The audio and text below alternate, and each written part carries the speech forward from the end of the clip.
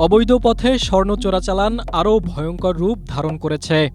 একসময় মাত্র 1 কিংবা 2 কেজি স্বর্ণের চালান ধরা পড়লেও এখন হজরত শাহজালাল আন্তর্জাতিক বিমানবন্দরে একটি চালানে 15 থেকে 20 কেজি স্বর্ণ উদ্ধার হচ্ছে। অবস্থা এমন দাঁড়িয়েছে, বিমানবন্দর যেন স্বর্ণ চোরাচালানের এক নিরাপদ করিডোরে পরিণত হয়েছে। দৈনিক যুগান্তরের প্রকাশিত প্রতিবেদনে এমন তথ্য উঠে এসেছে। প্রতিবেদনে বলা হয়, গত 5 বছরে হজরত শাহজালাল বিমানবন্দর থেকে জব্দ করা হয়েছে প্রায় 2000 কেজি স্বর্ণ।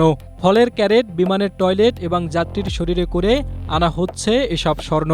একের পর এক অভিযান চালানো হলেও থামানো যাচ্ছে না স্বর্ণ চোরাচালান। এমনকি কাস্টমস ও আইনশৃঙ্খলা বাহিনীর চোখ ফাঁকি দিতে প্রতিনিয়ত বদলাচ্ছে কৌশল। মাঝে মধ্যে বাহকরা ধরা পড়লেও শক্তিশালী সিন্ডিকেটের মূল হোতারা থেকে যাচ্ছে ধরাছোঁয়ার বাইরে। তথ্য অনুসন্ধান বলছে, স্বর্ণ চোরাচালানের অন্যতম প্রধান রুট হিসেবে দেশীয় ও আন্তর্জাতিক চক্রটি বেছে নিয়েছে হজরত শাহজালাল আন্তর্জাতিক বিমানবন্দরকে। তবে ঢাকায় নজরদারি জোরদার হলেই রুটে পরিবর্তন আনে। আর এই রুটে অধিকাংশ চালান আসে সংযুক্ত আরব আমিরাতের দুবাই থেকে। এছাড়া সৌদি আরব, কাতার, ওমান ও কুয়েত থেকে আসা ফ্লাইটও নিয়মিত ব্যবহৃত হচ্ছে। অতীতে স্বর্ণ পাচারের সঙ্গে কেবিন ক্রু, বিমানবালা, পাইলট, প্রকৌশলী, ট্রলিম্যান ও পরিচ্ছন্নতা কর্মীদের সম্পৃক্ততার অভিযোগও এসেছে। গোয়েন্দা সূত্র বলছে, সম্প্রতি স্বর্ণ চোরাচালানে নতুন কৌশল হিসেবে ব্যবহার করা হচ্ছে দুবাই, চট্টগ্রাম, ঢাকা রুটের ফ্লাইট। এই পদ্ধতিতে দুবাই থেকে আসা একজন বাহক স্বর্ণ নিয়ে বিমানে ওঠেন। চট্টগ্রামের যাত্রাবিরতির সময় চক্রের আরেক সদস্য একই ফ্লাইটে যাত্রী হিসেবে ওঠেন। পরে তিনি মূল বাহকের কাছ থেকে স্বর্ণ নিয়ে শাহজালালের অভ্যন্তরীণ টার্মিনাল দিয়ে বের হয়ে যান।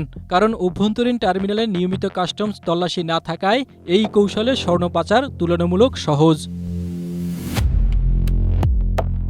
চলতি বছরেই শাহজালাল বিমানবন্দরে স্বর্ণের 3টি বড় চালান জব্দ করা হয়েছে। এর মধ্যে গত 28 মার্চ রাতে দুবাই থেকে আসা বিমান বাংলাদেশ এয়ারলাইন্সের BG348 ফ্লাইটের কার্গো কম্পার্টমেন্টের টয়লেটের প্যানেলের ভেতর সাদা কাপড়ে মোড়ানো অবস্থায় 153টি স্বর্ণের বার উদ্ধার করা হয়, যার বাজার মূল্য প্রায় 46 কোটি টাকা।